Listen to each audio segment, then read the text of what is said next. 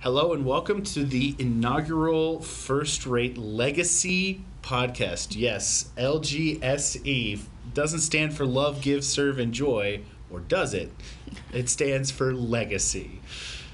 We thank you for joining us as we celebrate here at First Rate 30 years of Love, Give, Serve, and Enjoy, and the legacy that First Rate has created through those four core values. So I look forward to spending this next month with you through this little podcast of ours, and I hope you look forward to it too. I can already tell my guest today looks forward to it as they're holding back laughter, but they're probably laughing at me, which is a very common thing, as you all know.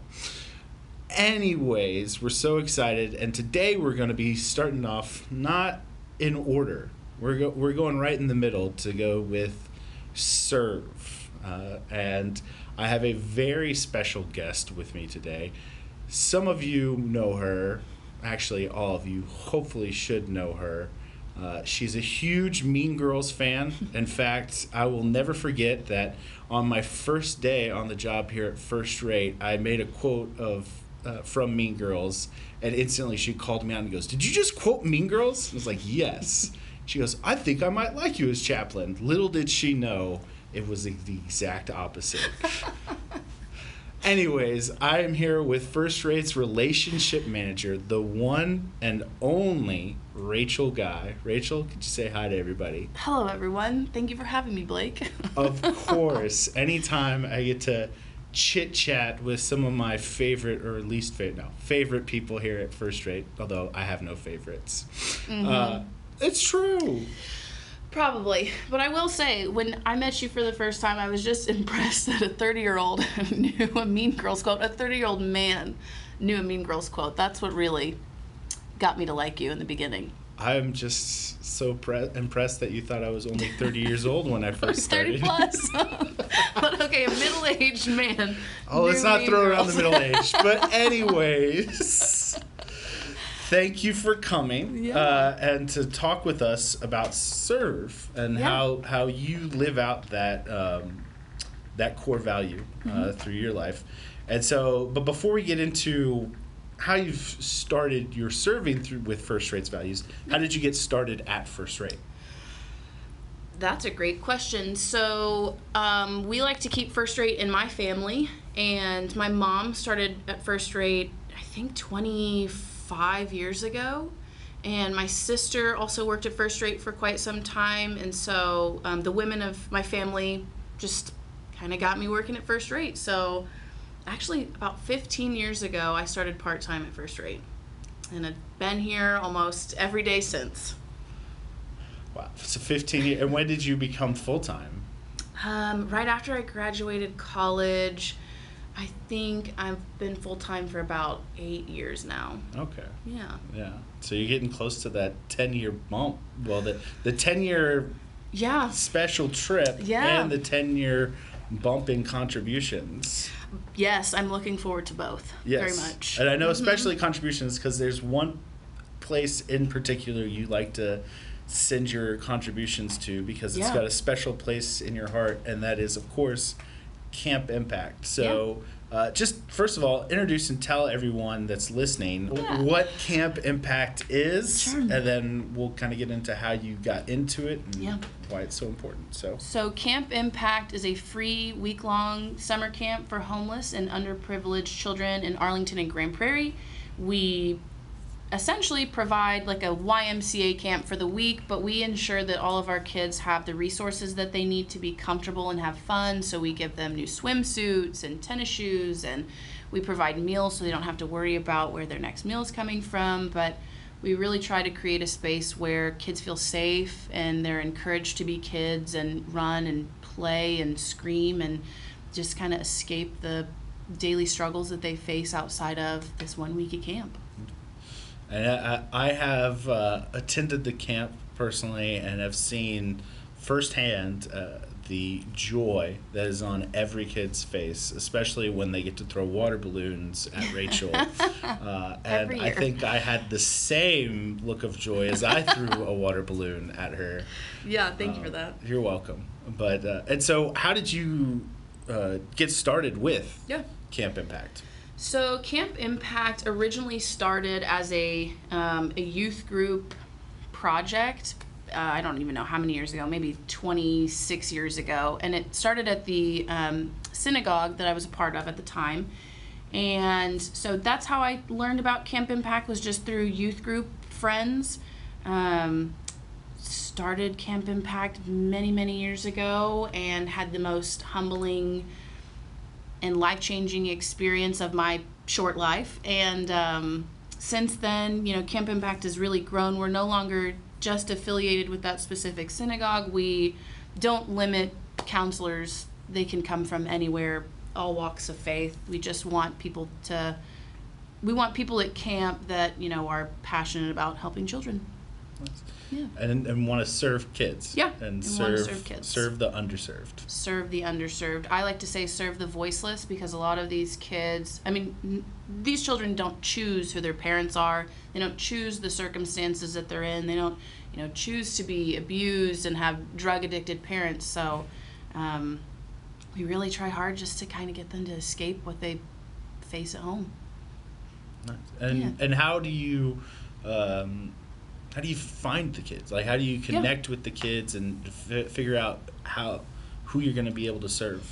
I have great relationships with different social workers in the Arlington Independent School District, Grand Prairie Independent School District, and then some of the shelters, the women's shelters, and like the Arlington Life Shelter. We work with the people there, and I just tell them how many children we can take from each area, and they pick the kids that they feel like need Camp Impact the most, the ones that they know had, a really rough year. So I allow them to pick the kids that they feel like need it the most. Okay, nice. Yeah. And so, about how many kids? What is the most kids you've had participate in Camp Impact, not including yourself? So, right, not including myself. I'm not a camper. The largest number of campers that we've ever had was 135 kids and about 70 high school counselors, which was that was so many. But we'll probably we want to take 135 kids to about 150 every summer, but just with this past year in COVID, it's kind of changed the way that camp looks. But in an ideal situation, we would take about 135 kids. Nice. Yeah. And I'm glad you brought up this past year in COVID, because I know that obviously kids camps had to change quite a bit, and so you still wanted to serve the underserved, the voiceless, as you said. Yeah. So how did you manage still living out the core value of serve when in the middle of a pandemic? So how did Camp Impact, and how did you specifically continue to serve these kids without having the camp as it once was? So we knew that we needed to continue to make an impact, and we had to obviously pivot because we weren't going to have camp. And we knew that with the food banks drying up, that was the biggest need, food. So we kind of changed what we were doing, and we started fundraising and used some of the money that we had already fundraised to buy groceries for, I think we bought groceries for 200 families. And Wow. These were not just tiny little families. We were feeding like 6 to 11 people in each family. Wow. So we decided that that's how we were going to pivot, and we figured out a system on how to buy in bulk from Costco and other vendors, and we got some of our counselors to come together and pack all of the, food individually, and so we could box everything up and just put them in the trunks of the families in need. And that's really what we spent. We spent summer of 2020, and we did that from the end of May in 2020 through December. We were feeding families once a month. Wow. Yeah, it was still a good way to get counselors involved, get the community involved, let our donors know that we're not just, sitting around doing nothing. We're really still trying to make an impact. So it was still great. It was really great. I bet. Yeah, it was fun, and I know First Rate was still able to kind of help you out. So Absolutely. How integral to Camp Impact's success, enjoyment, just the fun of it, how integral has First Rate's presence been in that? and I mean this so sincerely, if First Rate wasn't involved in Camp Impact as much as they are for the last 15 years, there'd be many summers where Camp Impact couldn't work. We couldn't run. We wouldn't have the donations. We wouldn't have the manpower. First Rate has been the biggest sponsor of Camp Impact, and just my background, and I'll never forget this, and this really wasn't part of your question that you asked, but I'm going to say it anyways. Go ahead.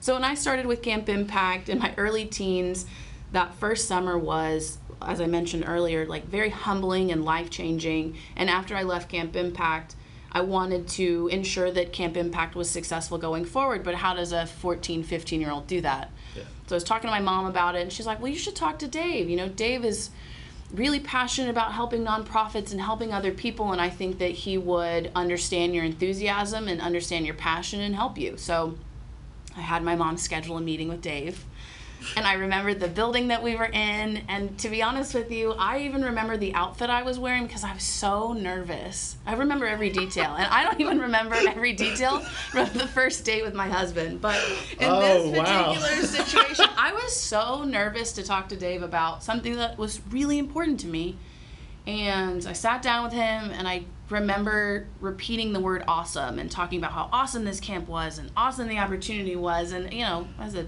14, 15-year-old, I really don't remember everything I said, but he somehow picked up on my passion and my enthusiasm, and he agreed to donate, and First Rate's been donating ever since, and Dave has made it a point to encourage my passion, to ask me about Camp Impact, to, you know, be as involved as he possibly can from afar because he's usually traveling. But I think that if it weren't for him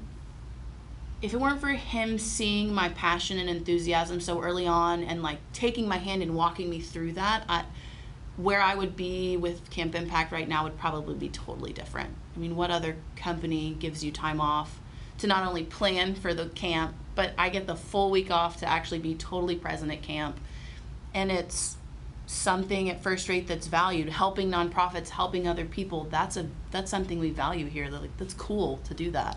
Yeah, we kind of set aside and encourage people all this time, even though it's choice time off. We still encourage, take this time off to pursue your passion, pursue your primary aim, and through that, and you discover that through service, and kind of this legacy of service that it was a First Rater's kid that got to talk to Dave and tell him how awesome this awesome thing was.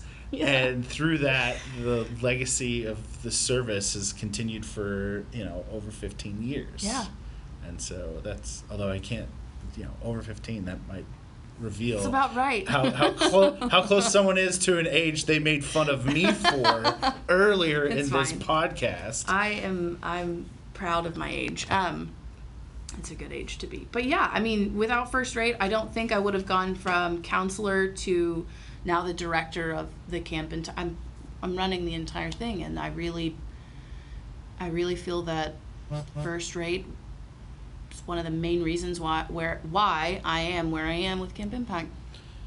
Nice. And I think another thing, wouldn't you say that some of the connections that First Rate has through other organizations it served has helped Camp Impact grow and become what it is now?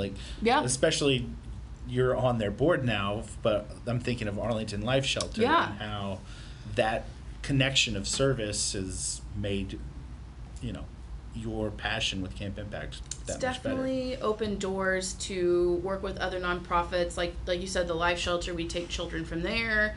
We've worked with other nonprofits that First Rate supports that, provide some food or will provide different supplies. So First Rate has been impactful in every area of camp, whether it's providing monetary donations, swimsuits. We've done swimsuit drives, coat drives for the winter time, helping me get in contact with other nonprofits that'll help Camp Impact. It's really been, it's been incredible.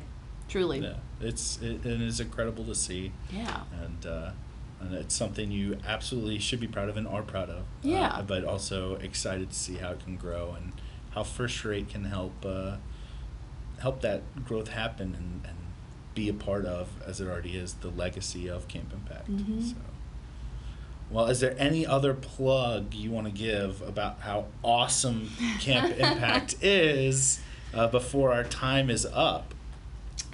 I mean, if you haven't picked up on how awesome Camp Impact is yet, I haven't done my job properly, but a plug. If any of you want to get involved with Camp Impact, whether that's donating swimsuits, towels, tennis shoes, monetary donations, if you want to come to camp and run an activity, we love when people come and like do different activities. Like we've had somebody come and do woodworking or science experiments. Like if anybody wants to just come and see what Camp Impact's like, I'm open and would love the community to be involved. So come find me, visit our website, campimpact.org. I did it myself, so it's not that great. But Don't sell yourself short. Yeah, the contact us portion goes straight to my inbox, so just come find me instead of using the website. But yeah, I would love for anyone and everyone to get involved. Nice. There's another way to serve, like she was saying. I remember one time I was there, they had a giant boa constrictor that all the kids could play with. So if there's any first graders out there, anyone listening that's made it this far through the podcast, and you have a boa constrictor, Rachel has a way for you to serve Camp Impact. That's true. Yeah. Thank you if you've made it this far, number one. But if you do have any zoo creatures, anything that you think might entertain children for about an hour, let me know. Yeah. And if you have any pigs, if they're just still little piglets, let me know, because I know my wife would just want to play with them. But that's on a totally different note. But anyways, Rachel, it's been a pleasure. Thank you for being a part of the inaugural episode of the First Rate Legacy podcast.